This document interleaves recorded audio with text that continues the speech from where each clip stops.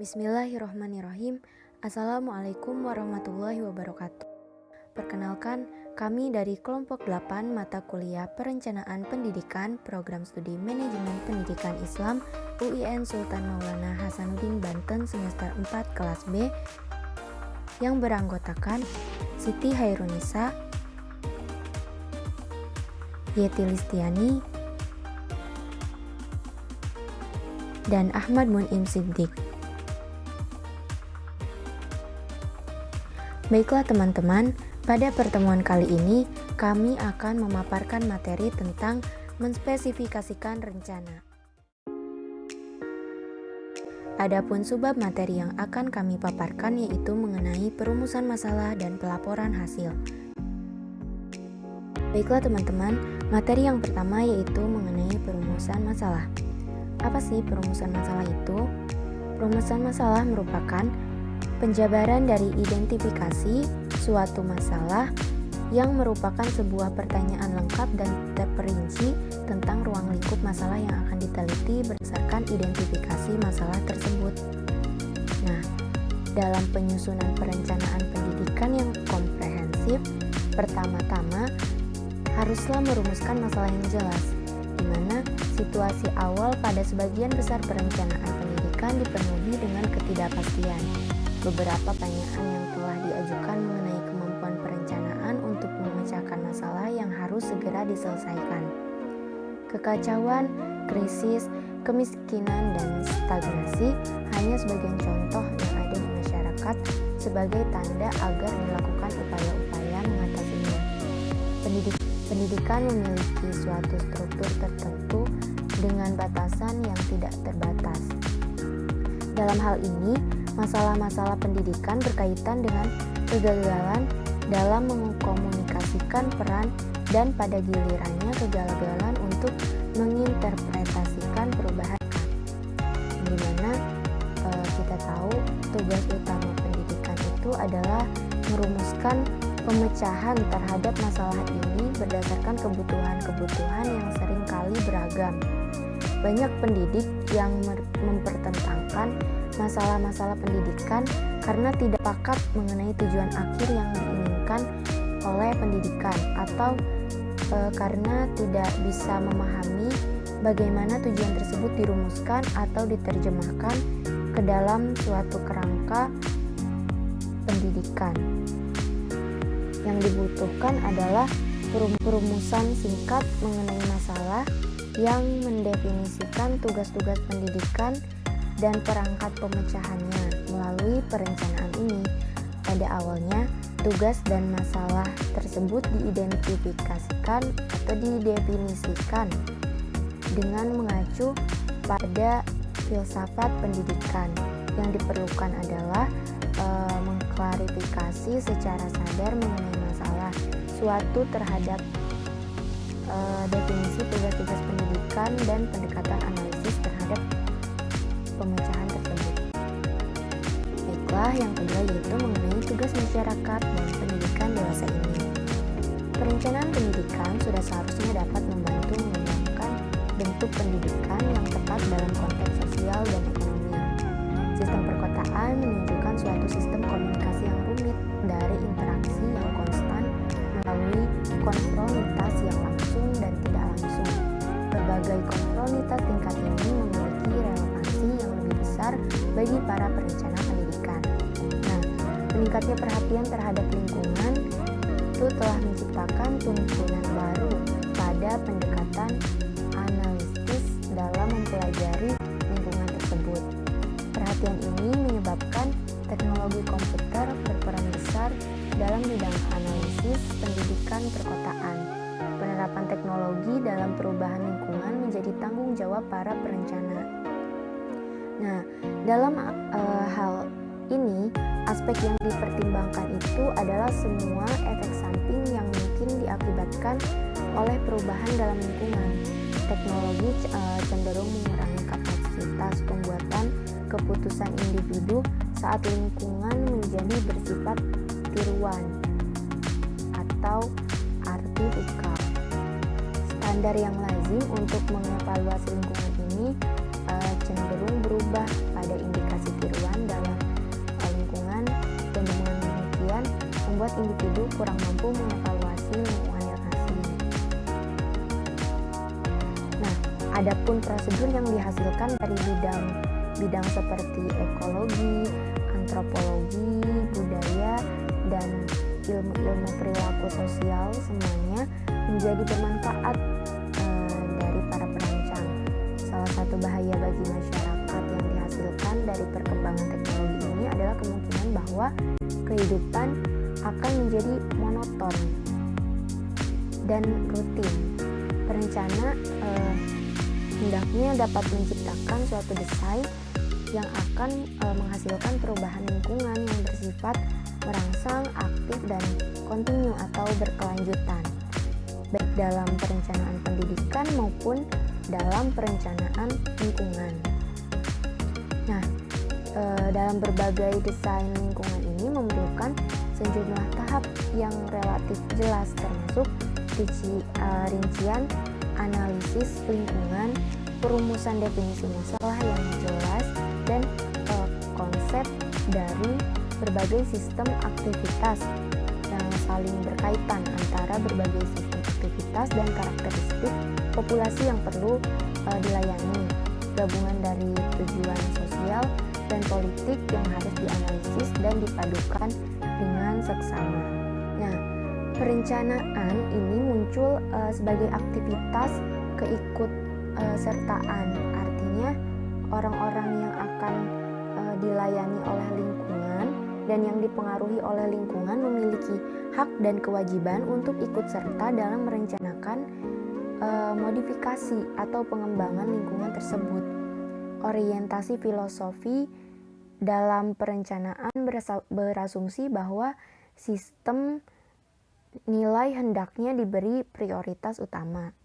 Sistem nilai secara langsung berkaitan dengan individu yang umumnya dihasilkan dari lingkungan. Konsep ini berkaitan dengan individu dan lingkungan, yang dimana individu sangat dipengaruhi oleh faktor-faktor alami maupun buatan dalam lingkungannya, yang dimana ini merupakan menjadi kewajiban bagi para perencana pendidikan dan perancang lingkungan untuk mempertimbangkan seberapa baik penggunaan sumber daya pada suatu wilayah perkotaan sebagai bagian dari dunia pendidikan. Dalam sistem yang terpadu, sumber daya masyarakat yang lebih banyak dan memberikan manfaat ganda, yang dimana pertama, jika salah satu tujuan utama sistem pendidikan adalah untuk mencapai pemahaman siswa yang lebih baik mengenai lingkungannya, akan masuk akal jika semakin besar keterlibatan siswa dalam lingkungan.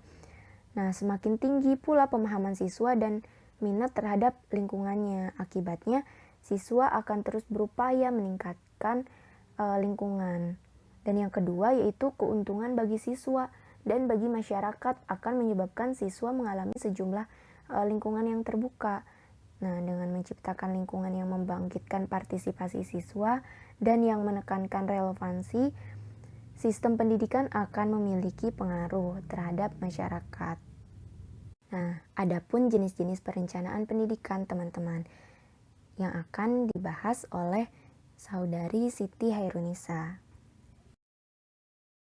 Selanjutnya, jenis-jenis perencanaan pendidikan. Yang pertama, perencanaan pendidikan adaptif. Perencanaan ini terjadi karena adanya tanggapan pada suatu pengembangan yang dilakukan secara eksternal. Dalam pengertian sempitnya, perencanaan ini berarti pemecahan masalah. Perencanaan ini dapat dengan mudah dan cepat dipahami oleh semua pihak. Tujuannya adalah mempertahankan keseimbangan organisasi. Kedua, perencanaan pendidikan kontingensi merupakan pendekatan yang ditunjukkan untuk menciptakan kondisi yang pengaruhnya dapat diletakkan dan diserap dengan biaya atau kerugian minimal. Ketiga, ada perencanaan pendidikan konklusif, yaitu menentukan perincian mengenai apa yang seharusnya dan apa yang diharapkan akan dilakukan. Alat utamanya adalah imbalan jika berhasil dan hukuman jika tidak berhasil. Yang keempat, ada perencanaan pendidikan manipulatif. Perencanaan pendidikan manipulatif mengandalkan berbagai jenis instrumen untuk mendapatkan suatu keuntungan. Alatnya adalah kesepakatan, pertukaran, dan mempengaruhi orang lain. Yang kelima, perencanaan pendidikan indikatif. Perencanaan pendidikan indikatif menyebarkan informasi yang dimaksudkan untuk memberi sinyal yang benar kepada individu dengan harapan agar pada gilirannya akan mengambil tindakan yang tepat. Yang keenam, perencanaan pendidikan bertahap. Perencanaan pendidikan bertahap ini adalah perencanaan yang mengambil langkah pendek mengoreksi kesalahan saat perencanaan itu dilaksanakan. Proses seperti ini bila terdiri dari adaptabilitas jangka pendek yang dapat diterima akan menghasilkan sejumlah kesalahan yang mendorong perencana untuk mengambil pendekatan yang benar-benar menyeluruh. Di pihak lain, perencana seperti ini bila berhasil hendaknya mengakumulasikan sejumlah pengalaman yang memungkinkan perencanaan pendidikan untuk mengupayakan perencanaan komprehensif. Yang ketujuh, perencanaan pendidikan otonomi. Perencanaan pendidikan otonomi merupakan perencanaan yang dilakukan oleh diri sendiri dan bukan sebagai bagian dari perencanaan lainnya. Yang kedelapan, perencanaan pendidikan amelioratif dirancang untuk memulihkan pada keadaan semula tanpa pertimbangan mengenai apa yang terjadi. Tujuannya adalah kembali pada status quo. Yang kesembilan, perencanaan pendidikan normatif. Perencanaan pendidikan normatif merupakan perencanaan jangka panjang. Perencanaannya untuk 25 sampai 40 tahun ke depan. Karakteristik utamanya adalah sifatnya yang umum dan fungsinya untuk membentuk pedoman dan arahan untuk perencanaan. Sifatnya menyeluruh sehingga fokusnya adalah pada perencanaan pendidikan keseluruhan. Yang ke-10, perencanaan pendidikan fungsional. Perencanaan pendidikan fungsional memusatkan pada aspek tertentu dari seluruh masalah. Pada dasarnya, jenis perencanaan ini sifatnya tersegmentasi tetapi tetap berfungsi sebagai pelengkap dari upaya perencanaan total. Ke-11, pemrograman pendidikan. Program pendidikan menentukan pencapaian target, kebutuhan program, dan kebutuhan sumber daya untuk mencapai tujuan tertentu. Selanjutnya, pelaporan hasil. Penyajian statistik dan pemetaan data diperlukan untuk memahami masalah yang kompleks mengenai penggunaan tanah. Spesifikasi umum untuk penyajian grafik atau statistik antara lain adalah klasifikasi umum seperti wilayah pemukiman dengan suatu skema yang menunjukkan kepadatan tinggi, sedang, dan rendah, wilayah perdagangan, jenis-jenis transportasi lokal, pusat, regional, listrik, telepon air, komunikasi, dan kelompok industri. Semua ini hendaknya diperlukan untuk membentuk berbagai kelompok yang dapat digolongkan dalam klaser yang bisa dipahami. Dalam hal ini bisa digunakan peta, rekayasa, topografi, dan penerimaan pajak, foto udara, dan berbagai peta lainnya. Pada umumnya, menunjukkan jalan tol, jalan raya, jalan alternatif, batas wilayah, lintasan kereta api, gedung umum, sungai, dan danau. Selanjutnya, kontribusi perencanaan penggunaan tanah (RUTR) atau RTRW, rencana tata ruang dan wilayah. Perencanaan penggunaan tanah telah menggunakan sejumlah pedoman standar untuk membantu perencanaan dalam mengembangkan informasi mengenai wilayah perkotaan. Pedoman umum memberikan data yang berkenaan dengan karakteristik dasar lingkungan perkotaan secara umum. Selain itu, ada juga daftar direktori untuk membantu perencanaan dalam menganalisis pusat kota. Direktori ini adalah peta dan lampiran khusus yang menunjukkan pergerakan pola lalu lintas di pusat kota. Pedoman komprehensif ini bisa terdiri dari hal-hal seperti foto udara, peta, topografi, dan sketsa-sketsa khusus lainnya. Pedoman ini umumnya terdiri dari beberapa jenis profil keuangan yang merangkum biaya dan manfaat yang dihasilkan dari rencana pengembangan dan mencatat sumber daya yang mungkin ditemukan untuk program pengembangan. Selanjutnya, 1. Kemungkinan skema klasifikasi. Skema klasifikasi yang tepat sangat penting bagi perencanaan pendidikan di wilayah perkotaan. Bukan saja untuk melengkapi informasi mengenai status, karena membantu menghasilkan gabungan yang tepat dari berbagai faktor penggunaan tanah. Penggolongan penggunaan tanah yang tepat kadang-kadang menjadi masalah bagi perencana.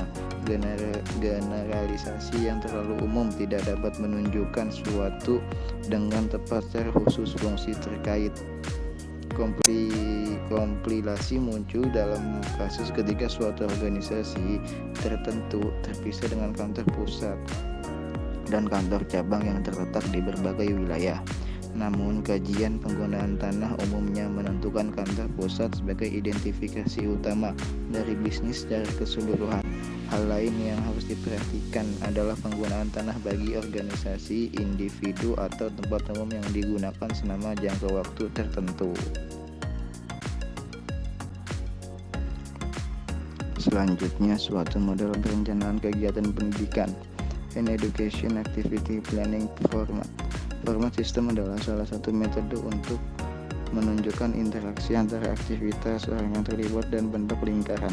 Format ini biasanya terdiri dari dua sistem penggolongan, yaitu blocking system dan coding system.